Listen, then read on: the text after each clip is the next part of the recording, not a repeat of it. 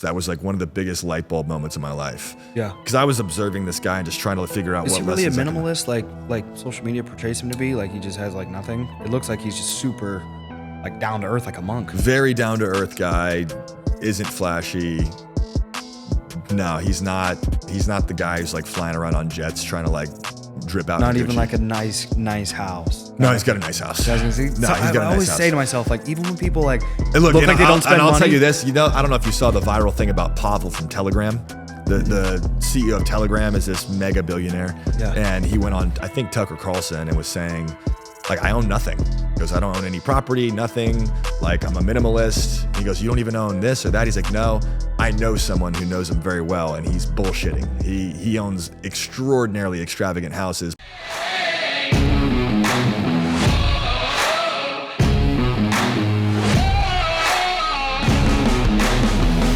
Let's go. We're live. We're another episode of Adversity Kings, and we have Chris Vasquez. Correct? Correct. Good Let's to be go, here. bro. Good to have you here. How you feeling today? Feeling great, man. Feeling enthusiastic. Let's go, man. Ready to get into this. Let's go. So, where are you born and raised? So I was born in California, in Yeah. Fremont. Grew up there most of my life, and then went over to San Diego for school. Traveled around the world for a bit, and landed in Miami 3 years ago. Yeah. Now, what was growing up for you like? Where were your parents from? Like the whole, kind of give me the background, kind of give the audience the background on who you are. Let's see. As a kid, I was very creative. I was a very creative kid. I loved writing. I loved reading. I was kind of a nerd. Yeah. Wasn't super athletic growing up. We moved around a lot for my mom's job because she was opening up malls. She was in the real estate space. So we kind of moved around a lot. And if you're talking about essentially how you became who you are, when you look back at the early moments for me, I always felt kind of like the outsider. Like I was moving into new environments. I didn't have a stable group of friends. I got bullied a lot when I was younger. And I just didn't feel like I belonged when I was a kid, right? And as I look back at that, I think your voids create your values, right? Whatever you were lacking as a kid end up becoming what you value more or overcompensate for as an adult. Yeah. And so when I look back, because I didn't feel like I belonged in any of these crews and I felt kind of like the odd man out, all I wanted to do was belong and into the cool groups and to have great networks and all that. And if you fast forward, I run an executive recruiting company, and my job is literally to be a super connector. It's to know all the coolest people, to know all the biggest CEOs, to be as valuable as I can to them. And so when I look at that, my void was loneliness and I wanted to belong. And then I ended up finding a career path that was the strongest compensation for that. So I built so many relationships, thousands of relationships, to insulate myself from never having to feel lonely or like I didn't belong. Were you closest with mom growing up? Like, was that inspiration of her entrepreneurial life, did that impact you? My dad was one of 10 kids, Mexican family, grew up in absolute poverty, hardworking guy, super humble, kindest man on earth. My mom was a super hard charging executive. She was never an entrepreneur, but she was a hardcore operator. She was one of the highest up female executives in Westfield. So she gave me this insane work ethic. I learned what it meant to work hard from her. She was ferocious. She had a standard of perfection. So she tattooed that on me. My dad also was a really hard worker. He was also just super humble and came from nothing. And so I think I got the humility from him. And so the combination, I think, set me up well because I had a super hard working Mexican dad that was like just the man's man. I got my mom who's like, use your brain. You know, you have to apply yourself and be successful. And like, she blazed that into me. And so the combination of those two forces, I would say, shaped me a lot. And then what was the culture different? So your dad was born in Mexico then? Yeah, he was in California at a really young age. So got to Cali at a young age. His family's Mexican, but more American culture. What about mom? What was her nationality? Just American? Yeah, just random European stuff. Random European. White.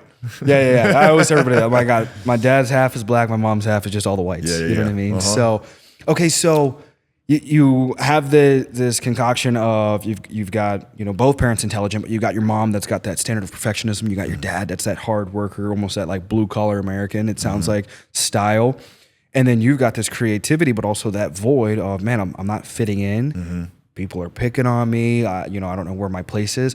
When did you start to know that you were going to, like, did you immediately get into executive recruiting? That did it start at a young age of, I want to start to build high value relationships and be the plug? Like, I be that guy that like knows where the parties are happening, knows, this guy, that guy. Like, did that start at a young age? Did you start to identify that skill set?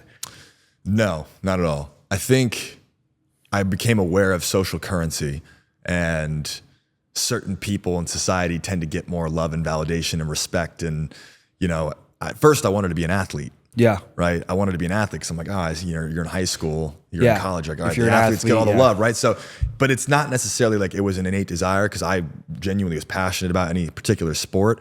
It's what is the thing that's going to get me accepted, like, and make me feel like I belong in the world, right? Yeah. And I think all of us yearn for that in some way. We're all just trying to figure out our thing, right? Like, what is our thing that we can be really good at, that other people value? So I just wanted to belong and to have a great community of love and to be respected and all that good stuff. But I didn't get into the recruiting thing until after college, and I randomly was at a career fair hitting on some blonde girl at a career fair. Yeah. And she happened to be a corporate recruiter for a recruiting company. Yeah. And so of course I took the interview, ended up getting the job, and then that's how I got into the recruiting world. But I didn't really piece all this stuff together until later on. Yeah. Right. Like, I knew I wanted to be really good at something, and I had an obsessive personality my whole life. Like, early days, I was playing video games. I was ranked top 10 in Diablo 2 at 12 years old. Yeah. Right. Like, whatever I did, I was obsessed with it. Is that what Elon's playing? I keep seeing him tweet about. He's playing Diablo 4. Okay. But back in the day when I was 12, I could give Elon a run for his money. Yeah. For sure. Yeah. So I think that's those things. It's when I look back, there was always this trait of obsessiveness, I would say, but I didn't really link the pieces together till much later on of how this kind of came to be. But I fell into the recruiting space. Yeah. But I always was very extroverted. I always loved making friends. And so I'm like, well, what can I do financially, economically, that utilizes my gifts? Yeah. And so I was great at building relationships because I love people, and you can't teach that. And then I just applied my focus into a particular domain where I could become intellectually one of the best in the world. And that, combined with the love of people, ended up turning out to work out pretty well. Now, with developing this skill set, because again, I 100% believe, being in sales since 18, 19 years old, a lot of people are like, man, how'd you crush it? How'd you do well in sales? And I'd give them the answer of like transparency and being good to people. I'm like, that's not a good answer. Yeah. You read a sales book, you did this. It was like, yeah, I've read all the sales books, and I come to find out if you're just really good to people and you're patient, you can do really well in sales. So, but I do believe in, there's a lot of psychology books and things that I picked up on, like giving me little cues of like how to communicate and the persuasion and things like that. Was it in college? What did college look like for you? Did you start to study on people skills and taking that skill from, all right, you naturally care about people, but like becoming a professional where you start to, build up your life to where it is now? What did you start studying? And what did that look like? So, I have a belief that 95% of the education required to be very successful in life, you don't actually get it in school, and you don't actually get it at a company. Yeah. You don't get it through formal education. Even if it's at a company you're working with and they're teaching you the business secrets. Yeah. I think the work that I discovered is there's all these foundational skill sets that if those exist, you can rapidly excel at virtually anything. Yeah. And so I was studying human psychology. I was studying identity and how do you actually form a self-concept that allows you to thrive in the world. I was studying sales. I was studying marketing. I was studying persuasion. I really just would study anything that would actually give me utility in the world. Yes. Right? Like, I didn't want to read things just for the sake of reading them. My underlying filter question was, how can I use this information to create a better quality of life for myself and for others? Yeah. And all of my information was filtered towards that. Yeah. And I read everything, like everything I could, spirituality, like I mentioned, like all these different concepts. So what I realized in hindsight, though, is the business tactics, the books on that kind of stuff are super valuable. But if you don't have the right mindset and you don't have enough self-awareness, you can't actually implement that technology effectively. Yeah. So doing the inner work for me, I found was the most valuable thing at a fairly early age. In my early 20s, I started reading Tony Robbins and all these other different authors that were focused on self-help. But I realized I'm like, the only thing that's stopping me is my own mind. It's my own perceived limitations. There's a lack of knowledge. And so if I can just figure out, if I can get to the source of the people who understand this stuff and I can borrow their belief systems and borrow the way they perceive the world, I can then potentially emulate their results in whatever area I want. So it was a lot of personal growth, reading, seminars, all that good stuff. How much do you think you've spent on seminars, relationship building with the intention of like growing yourself over your life? In the last 5 years, probably at least $500,000. Yeah. Yeah. That's insane. Is that when you like, is it over the last 5 years you've really locked in on seminars and personal growth? On, I don't know, some like I think one of the most expensive ones I spent was 20 bands. I went to John Maxwell. I went to John Maxwell. Yeah, John Maxwell Leadership. Dude, it was incredible. Dude, I believe if you want to be great at anything, you should have a coach. Yeah. Right. And there's no silver bullet. There's going to be different coaches for different things. I have 7 coaches right now. Yeah. Right. So I have an executive coach that trains our team. I have a nutritionist. I have a leadership coach. I have a men's coach who just helps me be the man I want to be and helps me overcome my fears and all that stuff. I do somatic therapy to process emotions so that I can be as light and focused and powerful as possible. What's that? What's somatic therapy? Somatic therapy is basically the process of normal therapy. It's psychological. Somatic therapy is emotion based. So you're tapping into the subconscious mind to release emotions and low vibrational energy inside of you that's holding you back, that's keeping you trapped in negative patterns. It's a form of healing in a lot of ways. But I look at self-mastery as a multidimensional concept. Yeah. Right? I have to have my mind right. I want the right psychology, the right mindset. I have to have the right fitness. Yeah. This is my vehicle that you only get one living life through. I have to have the best emotional state. So that means I have to invest in actually, clearing the caching system of all those negative emotions and all the stuff that's happened in my past that might be weighing me down or, triggering me and taking me out of the states that I want to be in that are required to achieve what I want to achieve. I've got to get better at developing particular skill sets. At this point in my life, it's more around executive leadership and being a CEO. At other points in my life, it was more focused on sales or marketing or recruiting or, whatever it may have been. And so at any point in my life, whatever my most important priorities are, I want to have the right coaches that I think are the uniquely qualified. What's that qualification look like for you? Because it seems like everyone in Miami can kind of come off as a coach. So like, well, my executive coach built 2 companies to $1 billion in revenue each. Yeah. And he was a coach under Stephen Covey for 8 years directly. Yeah. So his qualifications are self-evident. Yes. But other coaches I have, they haven't built anything per se. But after building relationships with them, I was able to create breakthroughs. Yes. And they were able to point out my blind spots. And so some people don't have to have built $1 billion company to be an effective coach, because a great coach essentially can help you see your blind spots and then can really just support you in taking new actions to create new paradigms. Yes. And so for me, coaches look different. I don't care if my relationship coach or a marriage coach has built a great business. I want to know, do they have a successful marriage? Yeah. Or if they don't, do they have a pattern of helping people succeed in their marriages? Yes. Right. But I look for track records, and then I look for intuitive feel. Like, am I actually gaining value from this person? Do I feel like I'm improving? Yeah. So I don't put it in a box. Like, I think there's no science for finding the perfect coach for you. Yeah. It's a bit intuitive to some extent. And I always share with my, I have a younger crew, a sales crew of like 200 plus, like anywhere from like 18 to, I'm the oldest there, I'm 26. So they're like 18 to 25 years old. I'm like, look for the receipts, because I've wasted time and I've wasted a lot of money not looking for the receipts of, if you're looking to build $1 billion company, getting advice from somebody that's only built $1 million company, the odds are not impossible. Sure. But they're way slimmer than there is somebody out there that you may not be able to get direct access to the billionaire initially, but you can go, like I try to consume only billionaire information. I'm going to go watch Elon Musk documentaries, interviews. How are they thinking? I want to know how, like, what do they dress like? What do they look like? What do they smell like? Like, I want to know every little detail. But I like how you broke that down, that your relationship coach doesn't need to be a billionaire. do they have a successful marriage? And then how do you measure that? What are your values in the relationship? I think you got to look at, I think there's a trap society falls in is we over idolize the mega billionaires and the super successful people. Yeah. And everyone wants to like learn from them, but there's so many levels above you that it's hard to truly gain traction from some of their advice. Yeah. Because you need to look at like, what did they do when they were like 1 or 2 moves ahead of where you're at, not when they're 100 moves ahead. Yes. And so someone like you, someone like me, depending on what space they're in, could be a more effective mentor or teacher to that person. For instance, if someone wants to go from $1 million to $10 million a year, learning from Elon Musk might unlock something in you, but like it's not going to be probably the most valuable thing. So finding a coach who scaled a company to 10 million and has a framework for doing so and has done that for 50 other people, that's a great opportunity to learn from someone who's done the exact thing you want to do, right? And so I think we can over glorify and over study the greats. And again, I'm a huge fan of studying greatness,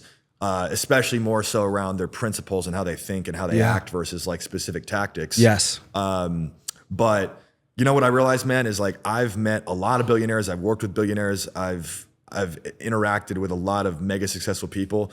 And sometimes you get lucky and you become really close to them and they really give you some life altering advice. Like I got lucky enough to spend a month with Jack Dorsey 4 years ago. Wow. And he's the one who put me onto crypto. He's the one who told me to pivot my company. And that 1 month of spending time with him ended up making me millions of dollars. It actually changed my life, right? But that's very rare. Of all the people I've met that are mega fucking wealthy, like most of those guys will interact with you for an hour or 2, but they don't become your friends. So the people I find that have the biggest impact on your success are your peers. They're the people right next to you, right? That are on the come up with you.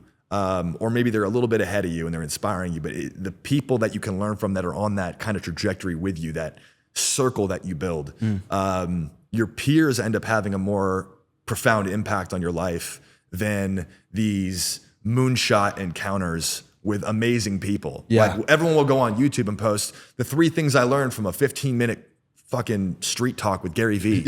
Like Gary Vee somehow changed their entire life. It's like, dude, that 15 minutes probably was impactful, but you're overvaluing that because you're putting him on a pedestal. When in reality, it was one of your buddies who was in the sales department with you who shared his playbook with you and helped you double your sales. Right? Like, so the reality is there's teachers and mentors all around us, but when we pedestal certain people, we just totally miss out on the valuable lessons that are in our daily lives with our friends. That's fire.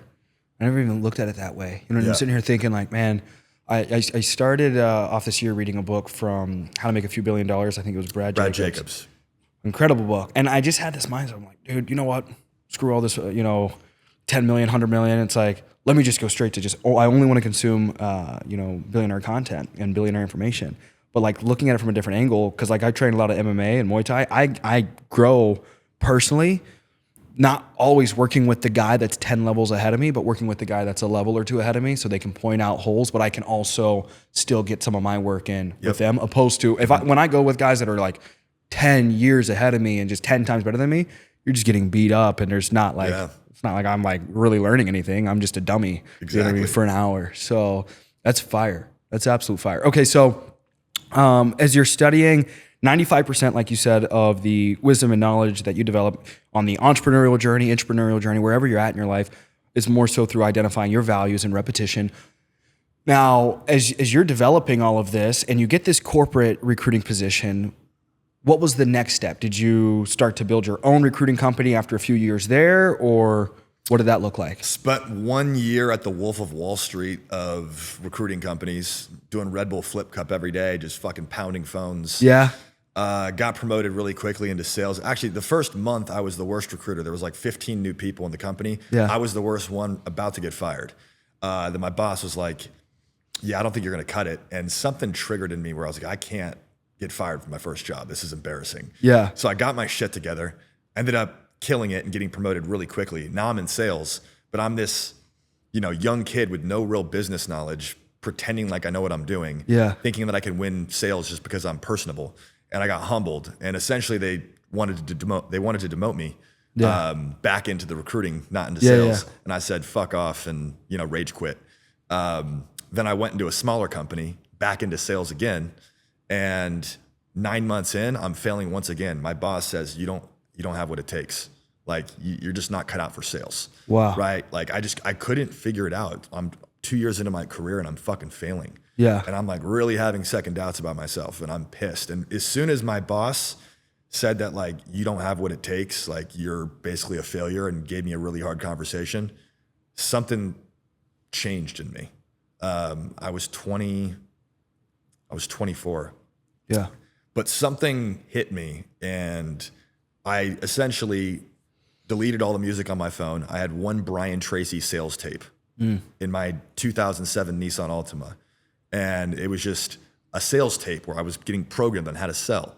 And I listened to that tape like 4 times a day for the whole year, every day. And I just went into a maniacal robotic focus and became the top guy at that company very quickly, within a few months, actually. Everything just turned around like that. And all of a sudden, at the time, all I wanted to do was make 100 grand. I thought I'd be the fucking man if I had 100 grand when I was a young kid. And then you make it and you realize. And then I hit it and I was like, you know what? I actually don't love what I'm doing. I'm not really inspired. And I saw this quote on Instagram when I was scrolling in my bed one night. And it said, if your life was a book, would you want to read it? Yeah. And for some reason, that quote haunted me, and I just ruminated on it. And I realized that I didn't want to read my book. I was just following the corporate career path. I was doing exactly what my parents wanted me to do, you know, making 6 figures, working for somebody else in a company that I wasn't inspired by. And that was a reality check for me. And I'm a very impulsive guy. So I'm the same way. I decided to just say, fuck it. I quit my job. I gave away everything that I owned. And then I did a 25 country backpacking trip. I had a guitar and a backpack and traveled 6 continents, 25 countries. But I said, I'm going to write a fucking book that I want to read. Yeah. Right. And so I went to India to become a yoga teacher. I went to Vietnam and drove a motorcycle across the whole country during a monsoon. I taught English in Ghana, Kenya, Cambodia. I wrote a book. You know, I put myself in a ton of very scary situations that I was totally unequipped to handle.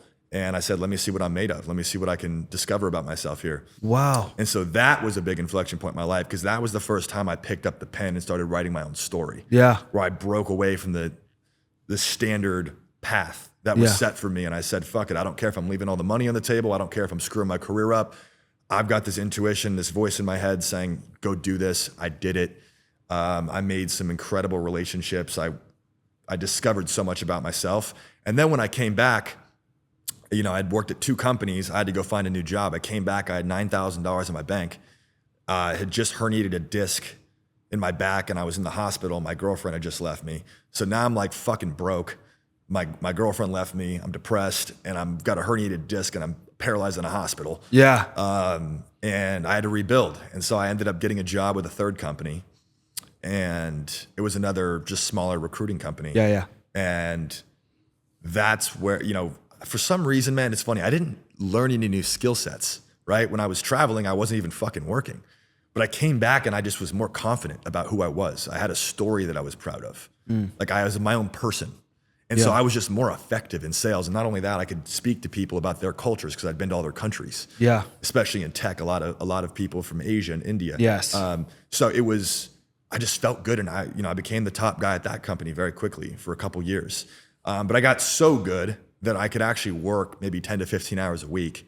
And I put the rest of that into personal growth. So I was going to every fucking seminar and coaching program you could imagine. I was probably putting in like 50 hours a week just in personal growth, like not paid stuff I was paying for. Yeah. Like I just consumed it. And so by the end of that 2 years, I was probably making like 300 grand at the time and I had enough money to invest in that personal growth. But by the end of that shit, man, I had so much information. I had all these networks of entrepreneurs from masterminds, and I had just an insane amount of knowledge, but I was like depressed because I wasn't putting it to use. And I was like, I know I have to go build a company. I know I'm built for this, but there was an identity incongruency. I saw myself as an amazing entrepreneur, as an amazing leader, as someone who's going to go make a big impact in the world, but I was playing small. I was staying in my comfort zone. So eventually that emotional threshold just broke. And I said, fuck it. I quit my company. And then I started my company 5 years ago, roughly to this day. And that was the beginning of when my life really changed. Wow. Well, you definitely are on the path of writing a book that people want to read. I feel like I'm like, well, is there a book? Did you wrote a book, right? I haven't written a book yet. I write a lot of content. Right? Oh, wow, dude. So, holy shit. You know, I'm going to actually write that down, share it with the sales team right now and just say it was mine.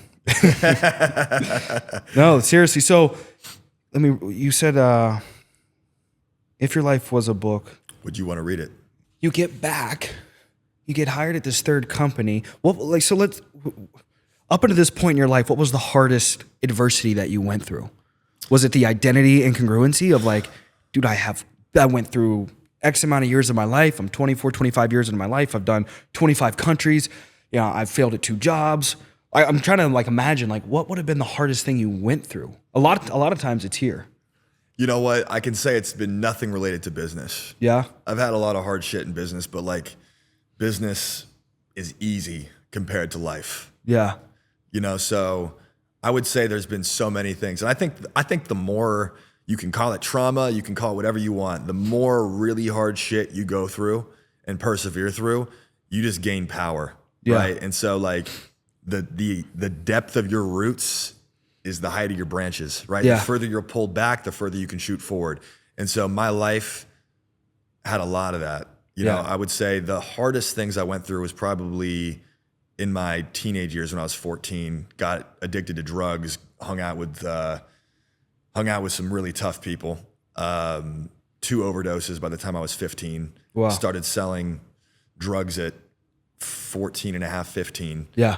And now I'm this lost, super nice, sensitive kid who was preppy as hell at 13 in middle school that's now in this new environment with legitimate gangsters trying to create this character and be this hard persona that I truly wasn't, but I had to do it to survive and thrive in this new environment.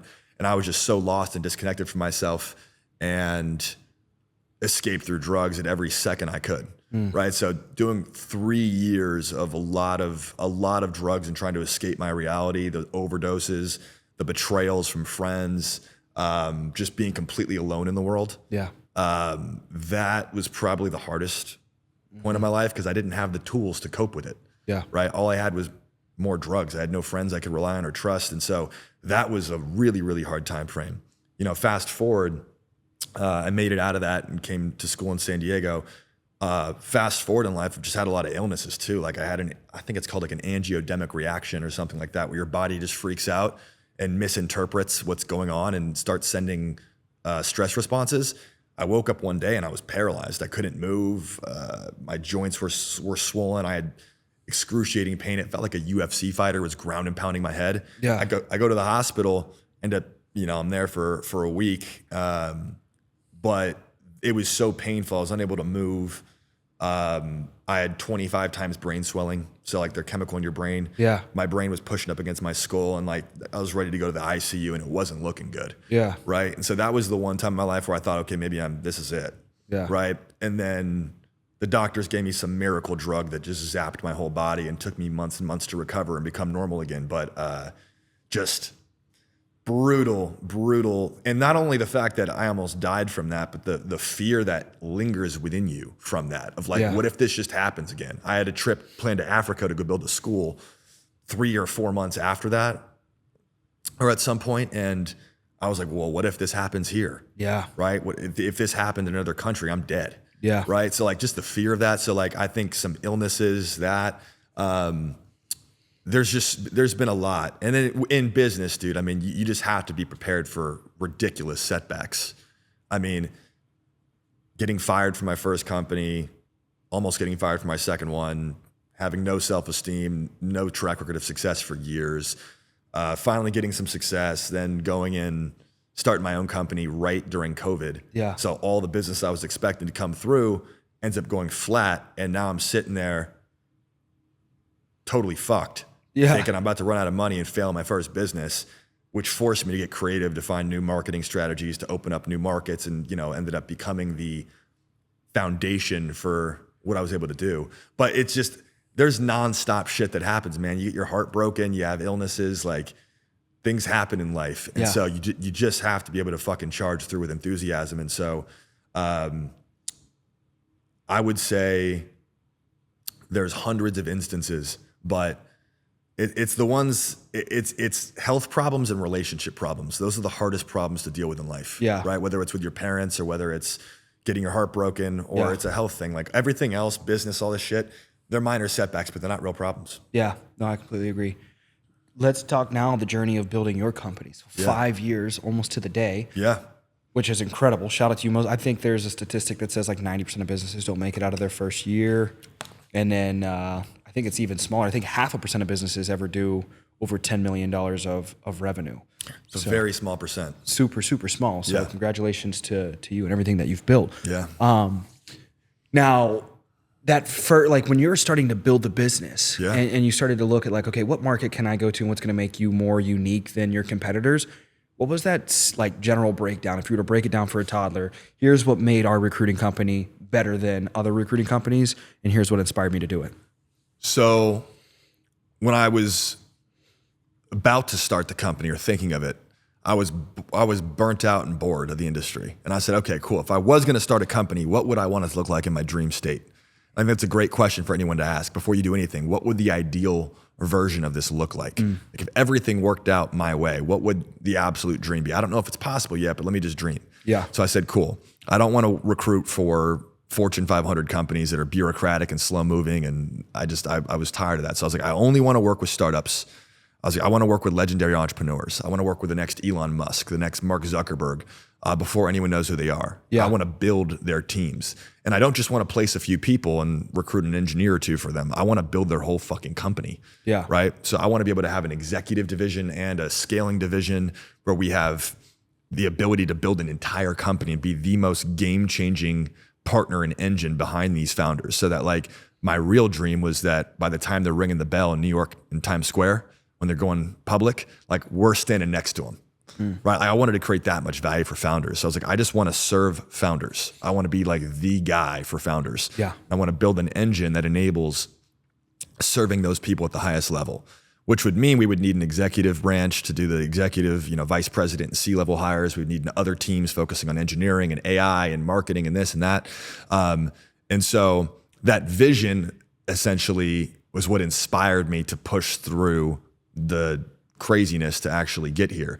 But from an execution standpoint, what I would say is I just noticed that one, there's not many companies that have a truly great team. Usually there's a few great people and everyone else is kind of riding the coattails. Yeah. So my thesis was if we can create enough talent density and truly find the best 1% of people on the planet and put them all on the one team, similar to like LeBron, right? Just create a super team. Yeah. Like we can outperform everybody.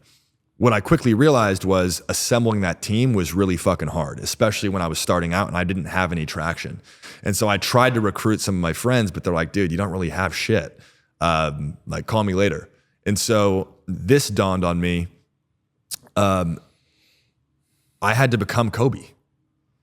Yeah. And I hadn't been Kobe yet, especially in this new field that I was pursuing, which is the venture capital backed startup space. And so my initial thing was I have to go out there and build a book of business and build such great relationships and deliver such exceptional results and make so much money by myself such that people are going to hear about what I'm doing and want to join me. Yeah. Right. And so I ended up working my ass off, making millions and millions of dollars as a solo person. Yeah. Like I was I think making, $4 million with one employee. Yeah. Something like that, and put up big enough numbers to where they're like, oh shit, like I could probably learn something from this person. Like this person's going in the right direction. I should probably join forces. Once I built that traction, which was a 100-hour-a-week grind for 2 years by myself, and then eventually with one or two people, then really talented people that I knew, I was able to call them and say, hey, there's clear evidence that you're going to make a lot more money here. Like, let's partner up and do this together. And then it was the process of just assembling this Avengers team of just absolute savages and scaling that. But I would say for me, the team is the most important. But in my business, it's not like you can run Facebook ads, right? It's a high trust enterprise business to business sale, right? Because we're essentially partnering with startup founders, CEOs that have raised anywhere from 5, 10 to hundreds of millions of dollars of capital that need to assemble teams and go headhunt the best talent in the world. They want to poach people from OpenAI or some other elite company. And they give you a finder's fee. And they pay us for the people that we find for them, right? And it's essentially, we're like sports agents, but for like tech nerds. Yeah. Right? So we got to go out and bridge those connections and land and poach the talent and get them into our clients' companies so they can create amazing results for them, right? Because when a founder raises capital, the only thing preventing them from becoming a multi-billion-dollar company is assembling the team that can actually build and scale the product and team and all that stuff. So it's the team you build that determines the height of your company's success.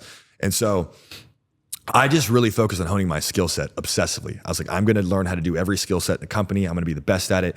So I spent years just maniacally, scientifically studying the craft and becoming one of the best in the world. Then I was able to produce so well that I was able to crush it for a couple accounts.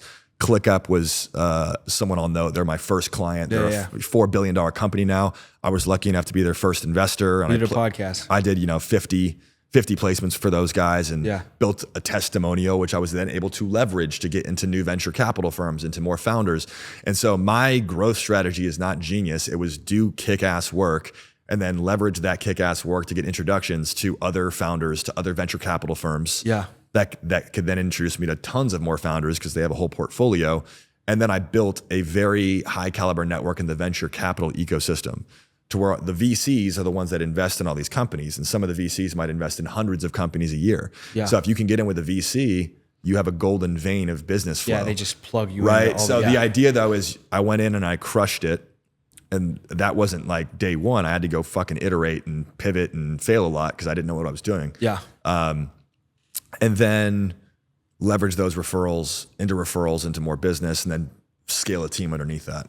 That's fire. Yeah. That's absolute fire. And I don't think there's really any other way to like scale a company when you really break everything down. You got to crush it, generate those testimonies, whether it be yourself or for people within your organization or within that business, and you take that to market. If you want to grow a business, there's only a few ways to grow a business.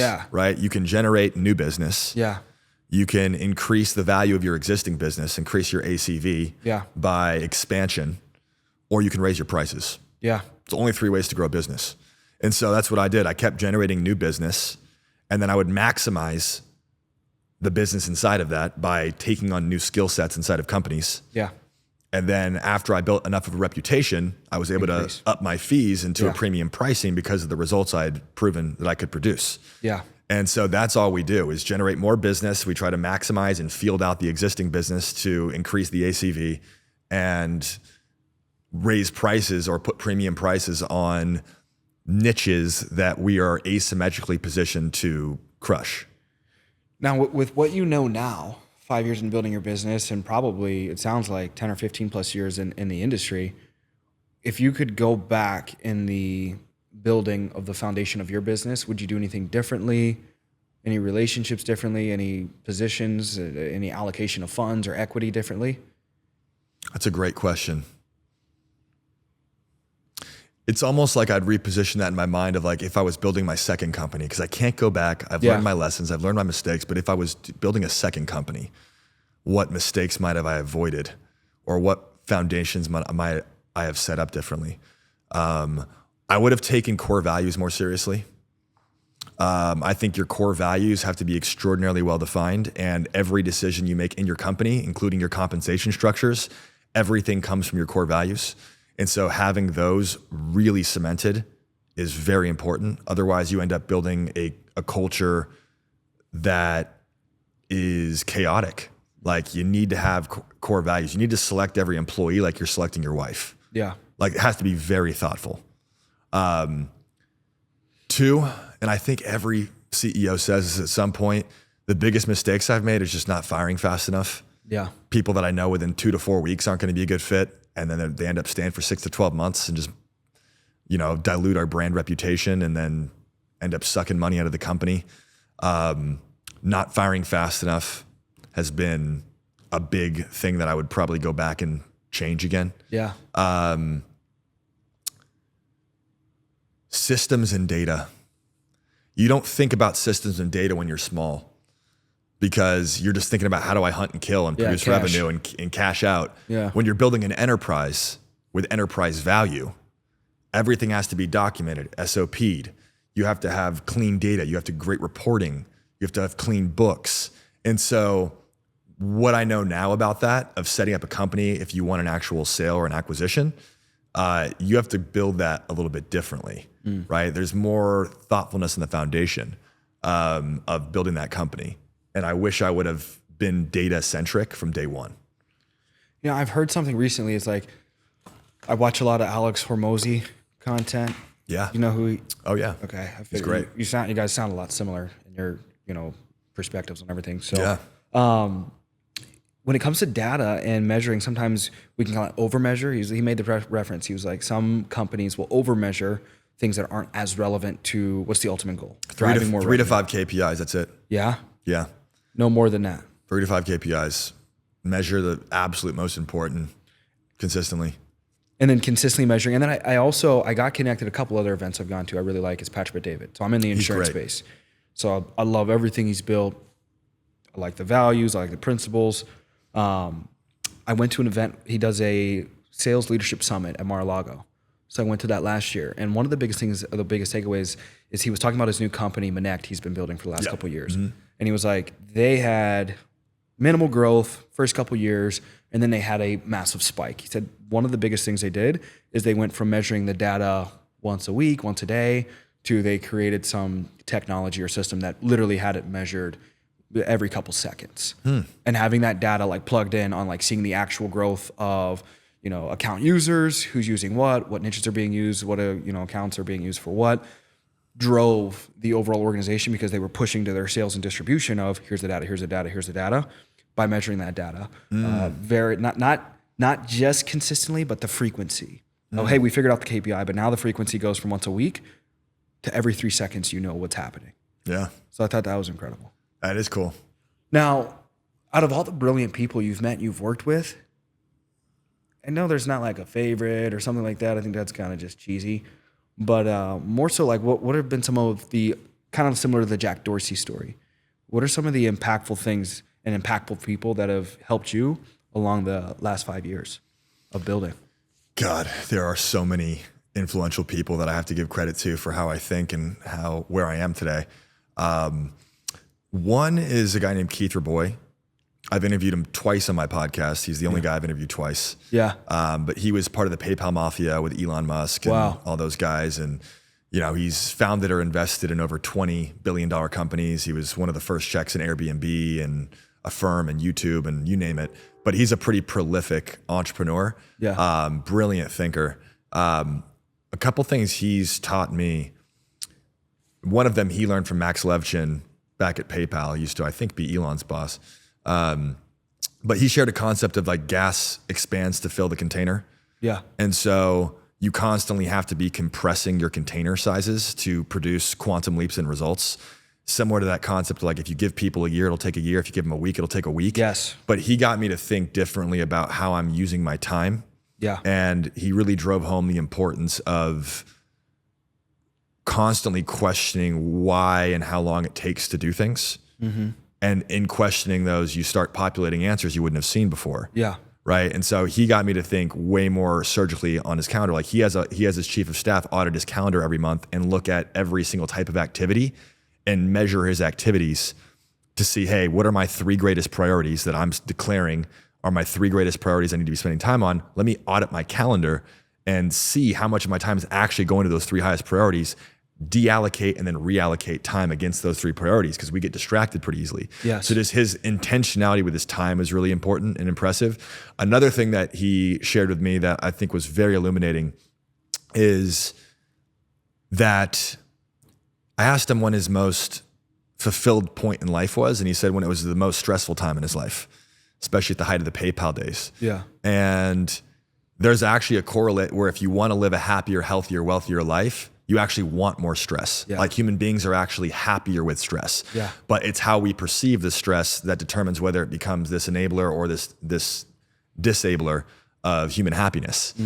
So when we're pushing up against very challenging problems and we have a positive mental model of that, and we're seeing how those things are actually helping us grow and better us, it actually genetically, cellularly benefits us and makes us healthier. Yeah. Right. It's the same thing.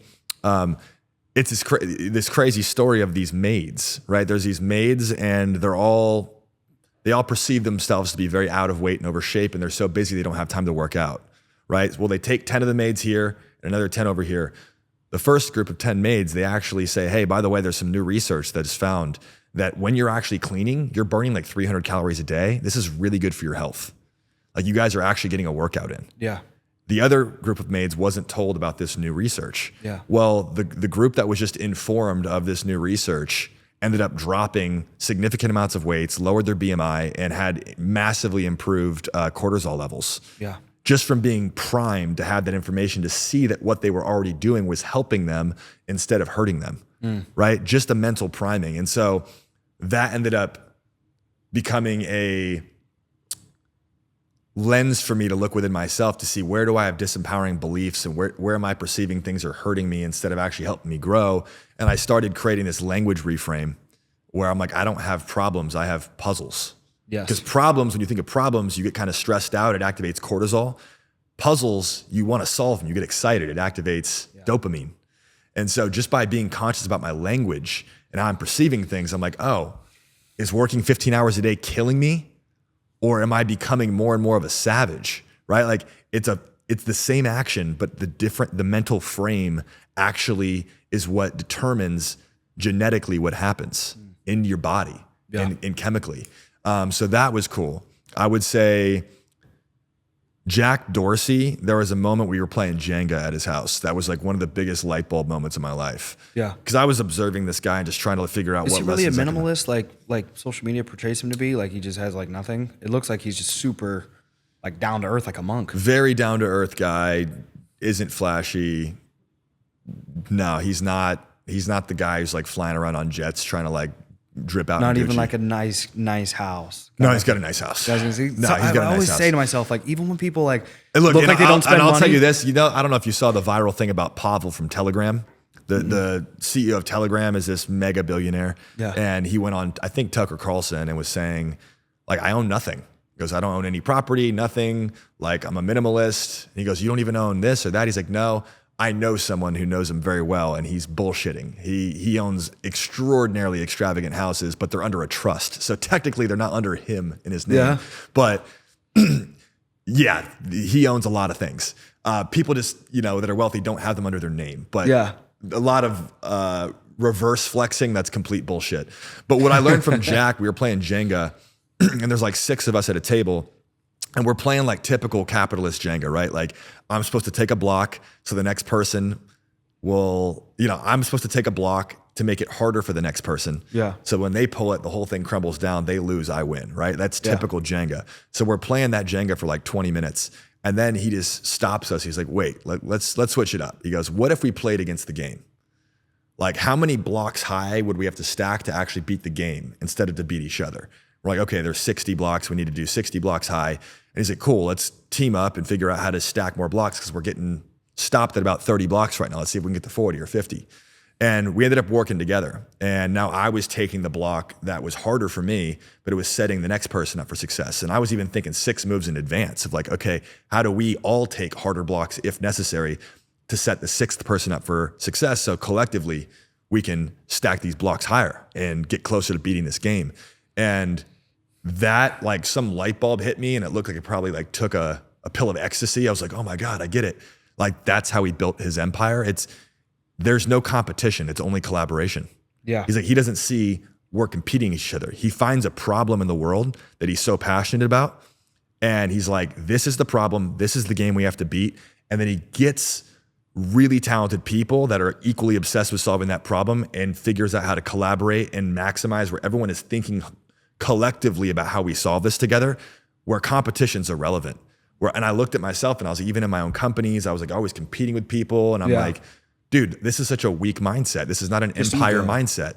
The empire mindset is pick a problem that you will die trying to solve and get the right people around that and then enable those people to think collectively and have compassion towards each other to think, hey, I'm not just gonna do what's easier for me.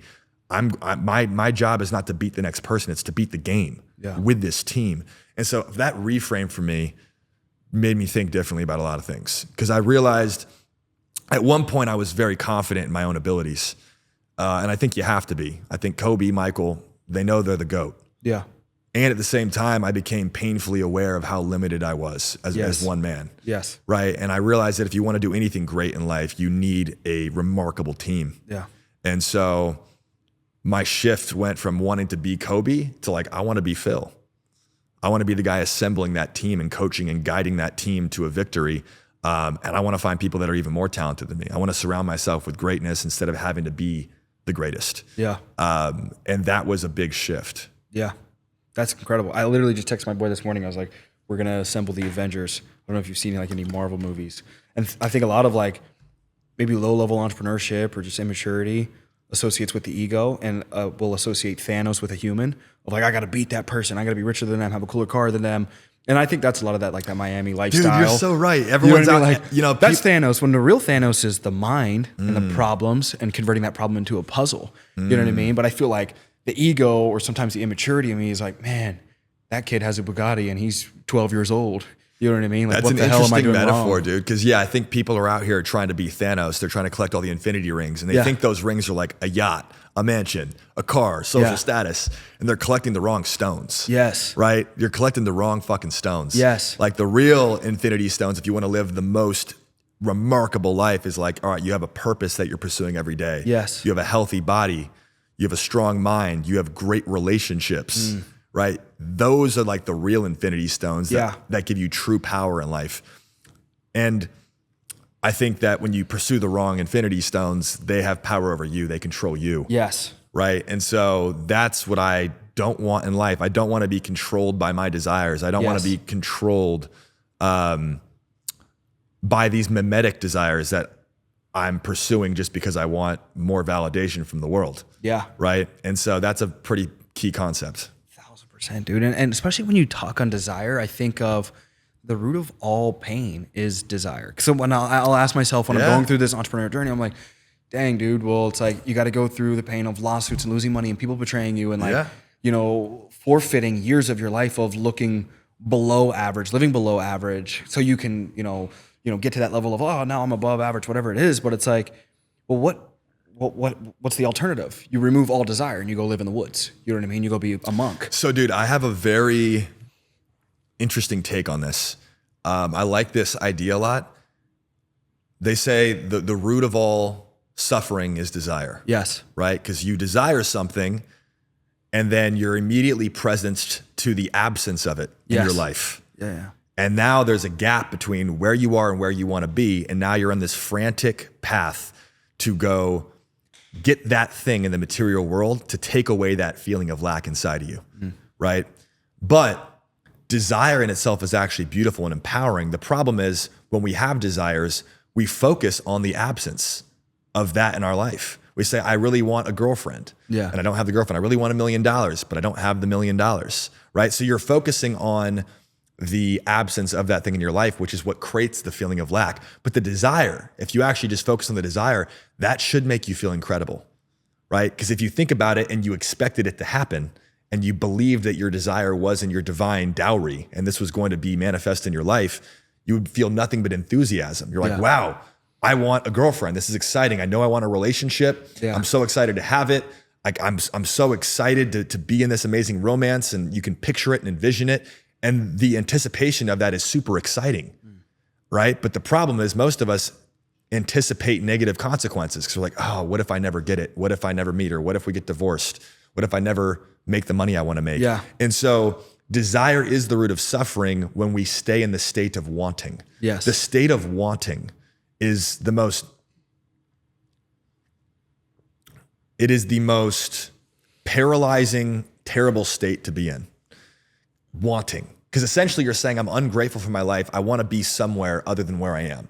And you're signaling to the universe that like, hey, I don't like this. The scarcity energy. It's scarcity. So the state of wanting will cripple you. You want to avoid that state like the fucking plague. The state of wanting. Now you can have desires and pursue them with enthusiasm and excitement and trust that they're going to come your way, or even something better that might be better for you. But you can't stay in this state of wanting, where you're constantly just wanting something you don't have because you constantly live in this lack and it eats you. And it actually repels the things that you want because vibrationally you're not aligned. Yeah. Right. So for me, I just think about it. It's great to have desires. I say have more desires, but live in the feeling of their presence before it's made manifest. Don't live in the absence because you can't visualize it with your eyes yet. Right. So that's a big distinction for me is like if people, when I can see someone that's really upset or low, I see that they have a desire that's unmet and they don't believe it's coming to them. Yeah. And so they feel like there's a discrepancy between who they are and where they want to be. And the people that are happy in life, that are walking around with enthusiasm, they're crushing it, they might not be at that goalpost yet, but I can tell that they're living in the excitement of that desire. They're allowing themselves to be positively imagining what it's going to look like. And therefore, they are happier on the journey and they actually get to the destination faster. It's fire. It's absolute fire, bro. Reminds me of one of the first, mindset books, entrepreneurial books I read was The Secret. Yes. Yeah, The Secret, The Laws of Attraction. And I read it, I listened to it. I think I even watched it on YouTube. So it was just like constantly in my mind of like, and it's a good reminder because I haven't read it in years. It's been like 6 years of, if you put out into the world that you want, you're telling the world that you don't have. And like the world doesn't like interpret the universe, the energy, the vibration. It doesn't interpret of you specifically. It just calibrates, oh, okay, well, you don't have this. You don't want any more of it. You don't want it at all. We talked about this earlier. Like, what do you study? Right? Yes. I think that every person out there in the world, before you go learn business, before you learn sales, before you learn marketing, I don't give a shit what field you're pursuing. Yeah. Understand the universe. Yes. You have to understand the universe. Who cares if you understand how to build a marketing system if you don't understand literally how this entire universe that you're existing in operates? Like, this is an operating system. It's a matrix. How does it work? Yeah. You should probably understand the rules of the game. Yeah. Right? That you're playing. The rules of physics, the rules of spiritual law.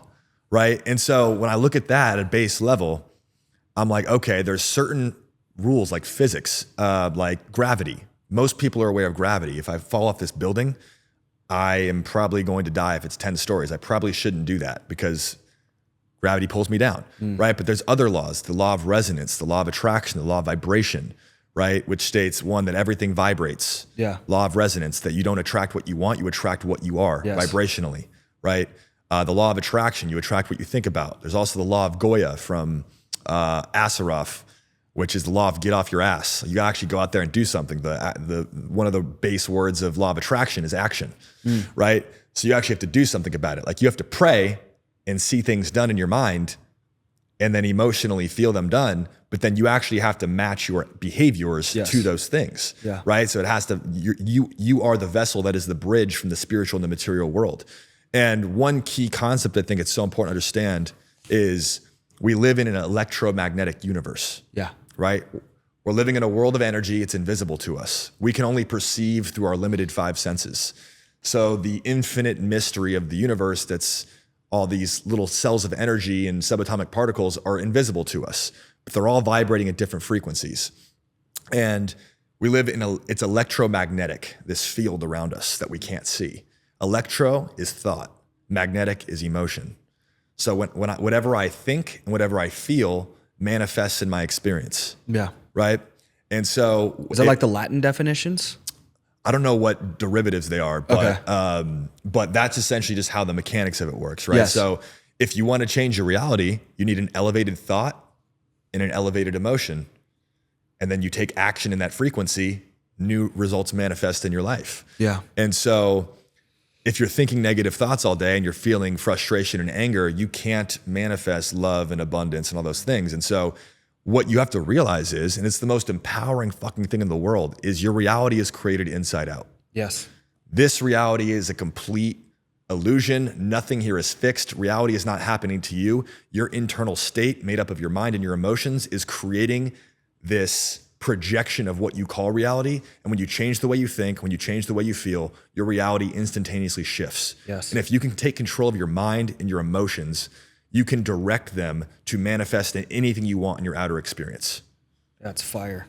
It's fire. My girl and I talk so much about this, especially I feel like, would you say even the individuals you meet and even yourself, like there's almost sometimes a sense of feeling behind that just kind of overcomes you regardless of keeping our minds elevated, our emotions elevated. But we'll share with one another, and I'll encourage her, she'll encourage me, of like, what also is the alternative of even identifying the weaker areas in our life of, okay, we can change this from, this is a problem to this is opportunity, and, elevating those thoughts and those emotions of, there's another alternative. There's how many billions of people have been born and gone to the grave and they had no desire. Like, it's a blessing for us to even feel behind. It's a blessing to even think to yourself, well, I do dream. I do have a vision. I do want to create something. So even in the midst of me being in a lower vibrational state for this small period of time, would I not want it at all? Would I not want a better body at all? When you have, like, one of my favorite things to talk about is people talk about body dysmorphia, but I feel like people should talk more about business dysmorphia, or like, you know what I mean? Like, there's two different BDs. You got the body dysmorphia, you got the business dysmorphia. And I don't think people realize, like, real entrepreneurship, not just the surface level, Miami coaching of, who get the next Huracan, but like actual building a business of spending years and not seeing the growth that you want, and spending years going through training and practice, and people quitting on you, bad partnerships, splitting up and things like that. It's like, what's the alternative? Imagine you being born and not wired the way you are, not having the dreams, not having the vision, not having the obsession. You know what I mean? Like, then you just it's like no life at all. You just exist. Yeah. There's like everybody exists, but not everybody lives. I agree. I think, and look, all of our, we each have unique souls. Yes. Right. And our souls, all our souls want is to be the fullest expressions of themselves. Yes. Right. But we dwarf that because we try to mimic society, and we pursue things that our soul doesn't want because we want to fit into a social construct because we're human beings. Yeah. Right. Our jobs are to figure out what's in here. What do our souls really want? You got to figure out what you want, why you want it, and who you have to be to have it. Yeah. Right. But our job is to try to sift through all the noise of the world and say, what do I really want as a human being? And then unabashedly, unapologetically, boldly, voraciously pursue that. Right. And I think most people lack the awareness, one, to know what they want because they haven't been exposed to enough things, and two, lack the self-belief that it's possible for them. And so they'll just settle. And so it takes podcasts like this and education and content and friendships and us raising the collective vibration to show people their power. Yeah. Right. Because people are much more powerful. Some people, let's be real, they overestimate themselves. But 99% of people, yes, 99% of people underestimate their power. Yeah. That 1%, they might need to come down a few notches. But hey, if you're ever going to overestimate or underestimate yourself, overestimate yourself every fucking day of the week. Yeah. Like, who knows? Our capacity is so fucking insane. Yeah. But people were so entrenched into these identities and labels that we inherited from stories from our youth that we never really became aware of. Yeah. So we inherit a lot of limitations because look, by the time we're 7 years old, we don't have the ability to produce beta waves in our brain. So we're constantly in states of alpha and theta in hypnosis. So all the belief systems of our parents, our teachers, society are being programmed directly into our subconscious. So our identity and what we believe is possible and true is literally downloaded from other people. Yes. So until we get old enough to actually do something about that and question that programming and rewrite it, that's when we start stepping into our power and understanding who we are as unique individuals and what we can do in the world. But most people just haven't had that awakening. They haven't had that education. They haven't had that experience yet. Yeah. But my hope is that as many people in the world, maybe people listening to this right now, have that awakening, and you sit there and you say, what do I really fucking want out of life? Right? Like, not what I think I can do based on the past results or based on the past of what I think I could be. But like, truly, if you had a white blank slate, or you're like playing a video game and you could literally design your own character, what would you want to do? Like, who would you want to be? And suspending belief and then saying, cool, well, what are my beliefs that are not supporting this? What beliefs would I have to be this person? Okay, well, what behaviors would I have to exhibit to reinforce those new beliefs, to prove to myself that I am that person instead of this limited person that I've been being? Yeah. You can literally start to reverse engineer yourself and rebuild your character in life, because that's the beautiful thing. We're totally malleable. We can change. Yeah. Well, as we start to wrap up, bro, this is incredible, an incredible hour, and I could go hours on. The last question I would have for you is, what did you get the most out of the fourth quarter, and what are you excited for 2025? So as you sum up the seminars, all the self-development, the relationships you made in the fourth quarter, what was the most impactful piece if you reflected as we wrap up this year on the fourth quarter? What are you excited about for next year? I would say the most impactful thing I did in the last quarter was psychedelic ceremony. Yeah, I remember reading that. I did this thing called acacia. It's like a derivative. It's similar to ayahuasca. I was wondering. It's an Egyptian medicine, but that medicine journey was my first one ever. Shattered my ego into 10 billion pieces, took me down to my knees, had me begging for mercy. Yeah. And was it a day? Was it how long? It was about 5 hours. Okay. But it showed me the depths of my subconscious. It revealed to me my deepest fears, my deepest insecurities. It showed me everything right to my face and gave me an opportunity to accept it. And I was able to accept myself at such a deep level in that experience where it was a 5-hour nightmare that ended in this massive liberation. But the result of that is my fear largely went away. My fear of being inadequate, my fear of not being enough, my attachment to having to hit certain milestones on certain time frames. That experience just liberated me from these constraints and these labels and these attachments that I've had, and just allowed me to like fully love myself without all of the external things that I propped my self-esteem up on. Wow. Which then gave me the space to be more free and happy and fearlessly pursue whatever the fuck I want to do. Yeah. Without being so anxious about what might happen in the future. Yeah. So that was fucking remarkable. And if it's the right time for somebody, I recommend them experimenting with something like that. But 2025, there's so much to be excited for. I'm excited to scale the company and continue the mission to be number one in the world. I would say I'm most excited though to find a wife. Yeah. I think I was just talking to my buddy, wire me $100 million right now or give me a wife, I'll take the wife. Take the wife. Money is great, but it's only an enabler. Yeah. Right? It's kind of like a dessert. It's an appetizer. It's not the main course. The main course is love. The most successful, if you want to measure a successful business, profit. If we had more time, I was going to ask you, like, what are these successful people that have marriages, and like, what are your thoughts on them? Because that's the biggest thing for me. Like, I found the girl of my dreams. I'm going to marry her next year. So you're winning, dude. It's incredible. Winning. You're winning. Like the KPI for a successful business, profit. The KPI for a successful life, love. Yeah. The more love you have, the better your life is. Too many people focus on building wealth and they completely forget their relationships. If you have a woman that you love right now and she's your queen that you're going to build with, you already won. That's like the highest level in life. Now the rest is just icing on the cake. That's fire. Right? Too many people confuse the appetizers with the main course. Relationships, purpose, self-development, that's the steak, right? The Lamborghini, the yacht, the mansion, that's the fries, that's the ice cream. Yeah. Right? You're not going to live your life eating ice cream and fries, right? You're not going to be healthy. It's not going to give you a feeling of fulfillment either. You're not going to be fulfilled. You're going to be constantly hungrier and starving, wanting more. And that is the cost of pursuing the wrong things. That's fire. And so I'm excited to call that relationship in and actually start building with that queen. And I believe with the right woman by my side, I'll be 10 times more successful, but more importantly, just have more love, which I think is the meaning of life. 1000%. Guys, another episode of Adversity Kings. We have Chris Vasquez. They can find you on social media. Chris Vasquez. Chris Vasquez. Yeah, let's go, guys. Hope you guys enjoyed the episode. This is probably one of my favorites, so I can't wait to blast this all over social media. Have a blessed day. Peace.